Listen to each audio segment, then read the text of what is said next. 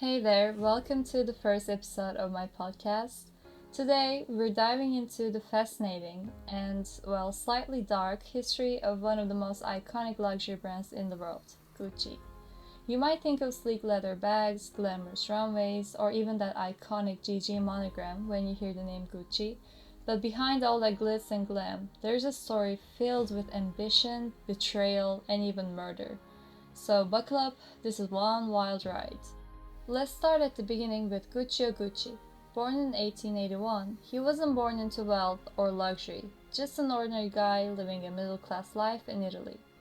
Guccio didn't stick to one job for long. He jumped from one to another depending on where life took him. But one job, in particular, changed everything. While living in London, he worked as a porter at the Savoy Hotel, a super luxurious spot where the upper class and celebrities of the time stayed. Imagine carrying around high-end luggage all day. But Guccio wasn't just carrying those bags, he was studying them. He noticed the intricate details, the materials, and the types of designs people preferred, and that sparked something in him. When he returned to Italy, Guccio started working in a leather factory, learning the ins and outs of leather craftsmanship. He combined the inspiration he got from the hotel with his new skills and launched his own brand.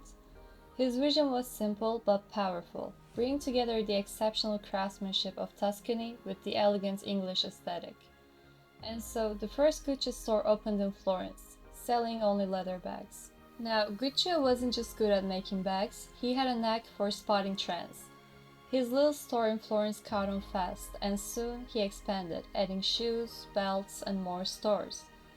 By the late 1930s, Gucci introduced canvas into their products, which gave birth to the Diamante fabric, a precursor to the famous GG monogram we know today.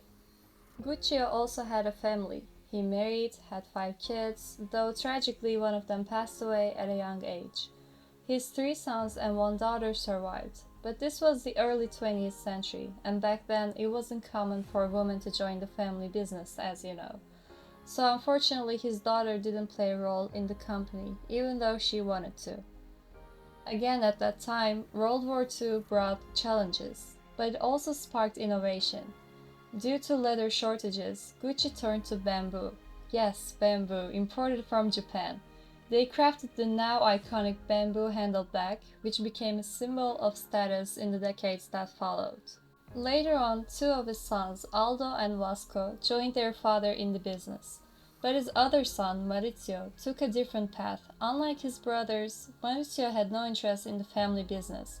Instead, he pursued an acting career under the stage name Rodolfo Gucci.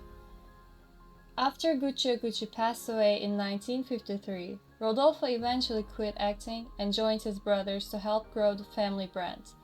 But as you'll soon find out, family and business don't always mix well.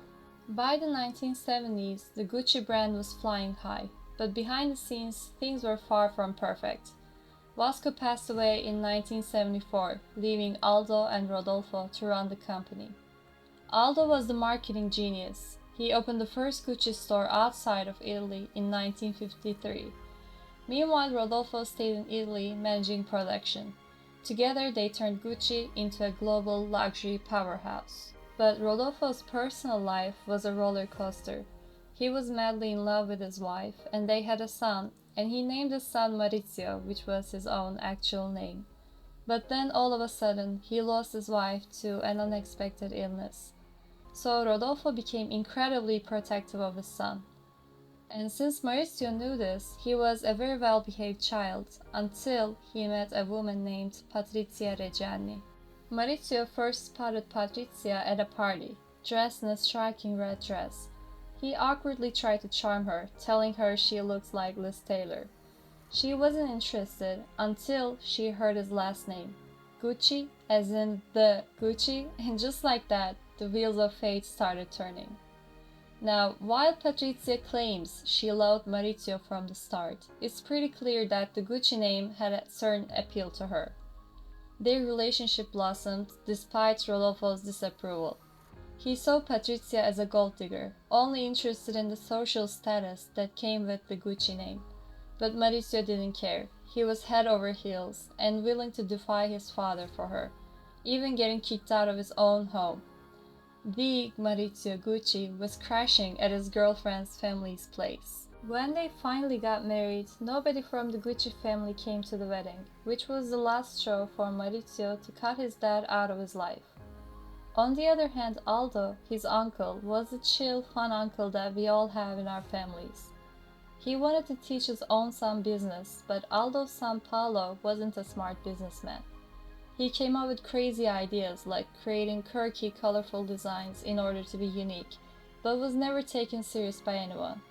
So when Mauricio stopped talking to his dad, Aldo invited him and his wife Patricia to United States. "I'll teach you business and give you an apartment so you can have a family in peace away from your father," said Aldo. Mauricio was happy to have someone supportive in his family, so they moved to America, settled down, and had kids. They were settled down. Mauricio was already working at Gucci next to his uncle Aldo, but one day they got news from Italy. Rodolfo fell sick and wanted to see his son before he died. They immediately went to Italy, and Rodolfo met with his grandchildren for the first time. When he saw those kids, he thanked Patricia for giving him grandchildren and apologized for his reaction to their relationship. Never too late, I guess. Of course, they wouldn't continue an argument with a man that was about to die, so they all made up after a long time and spent time together as a whole family. Unfortunately, their peace didn't last long, because Rodolfo passed away after a short amount of time. After losing Rodolfo, Aldo was the only owner now. He kept opening up more stores, but this was getting on Mauricio's nerves. He thought Gucci was turning into a regular store that can be found everywhere, instead of a luxurious brand that not everyone can have access to. That sweet, well-behaved son Maurizio was gone. He basically turned into another man.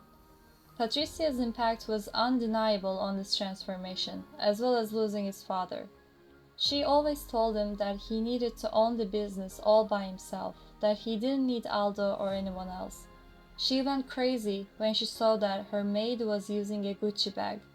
It was impossible. She couldn't believe a maid could afford her brand. After digging into it, she figured out that people started to make replicas of Gucci, and it drove Patricia insane. She was full of ambition and desire to have power. And of course, she was good at manipulating Maurizio.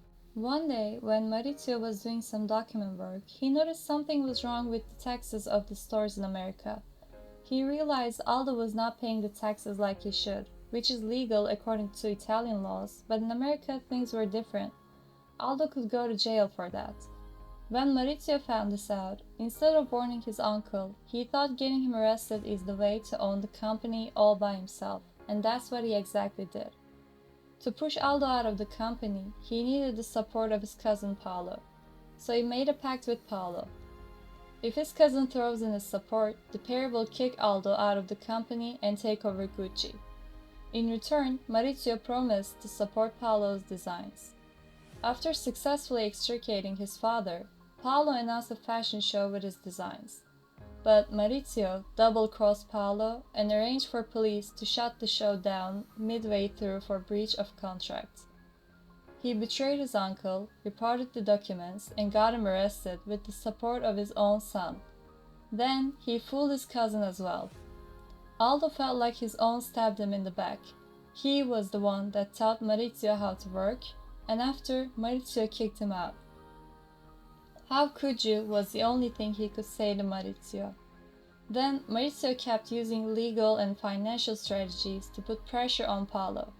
As I mentioned before, Paolo was not a smart businessman, so it didn't take a long time until he had no other option than to sell his shares that were left. Finally, Maurizio owned the entire company all by himself.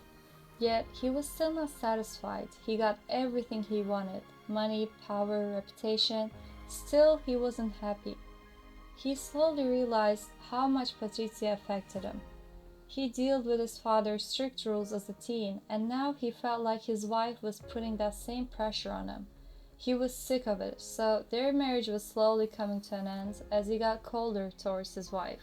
After a few years, Maurizio and his family were back in Italy. Even though Maurizio got Aldo arrested for his illegal actions, it was later discovered that Maurizio forged his father Rodolfo's signature to sign some contracts and make deals. So this time, police was looking for him.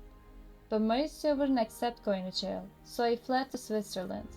His marriage was already falling apart, and while being on her own, the situation between him and Patrizia got worse. While the police came and checked their house in Italy, Patrizia was trying to handle the situation by herself, while also looking after the kids. At the same time, Maurizio was in Switzerland getting to know a new woman and catching feelings for her. They saw each other rarely. When they did, Maurizio only spent time with the kids. Finally, he told Patrizia that he wanted a divorce. This was Patrizia's worst nightmare, since she loved being called Gucci, but she couldn't do anything to save the marriage. Maurizio already had a new girlfriend, he felt happier, but Patrizia was full of hatred. The police investigation was also over. At first, Maurizio was found guilty, but then he was released. Yet still, Maurizio didn't return home permanently ever again.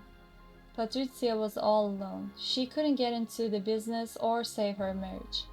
She then met a woman named Pina who was interested in witch stuff. She and Patrizia became friends and they constantly casted spells on Maurizio.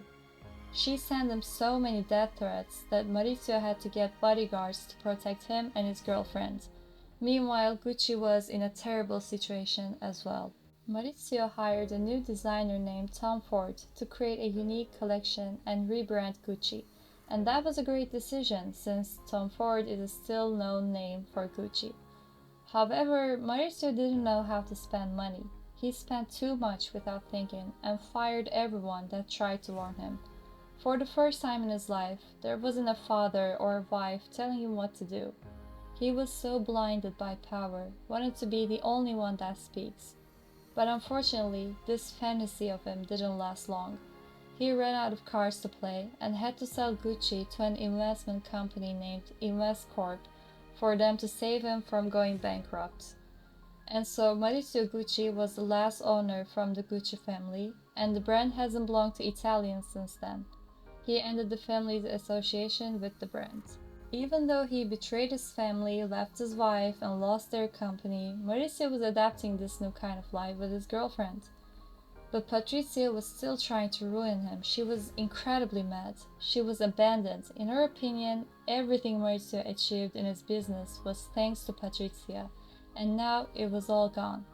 She told her friends that casting spells didn't work, that they needed to end this. Her friend had one solution only: hiring a serial killer. On March 27 in 1995, Maurizio Gucci rode his bike to his new workplace. While he was going upstairs to enter the building, he was shot from behind 3 times, and a 4th and final time on his head to make sure he was dead. Right after it was announced that he was dead, Patrizia took her kids and went to the house where Maurizio lived in with his girlfriend. "This is my house now. Get up, please," she said to the girlfriend. She was found guilty after 2 years of trials. When her diary was found, the police saw that she wrote the word paradoisis. I don't really know how to pronounce, but it means paradise in Greek, on the page that she wrote the date of the murder. Then she admitted everything. "My eyes don't see well. I probably missed the shot," is how she explained why she hired someone instead of killing him herself. She served 18 years in jail, released early for good behavior. She was given a chance to go outside of jail if she accepted to work, but she rejected it by saying, "I've never worked my whole life."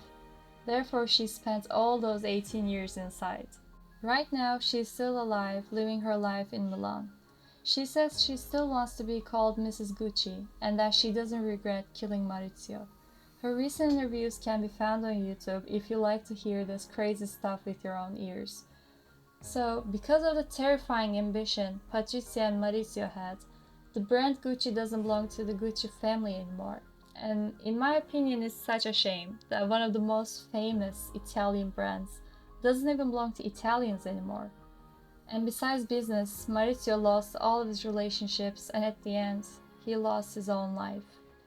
And Patrizia, she murdered the father of their daughters, gave almost 20 years of her life to jail.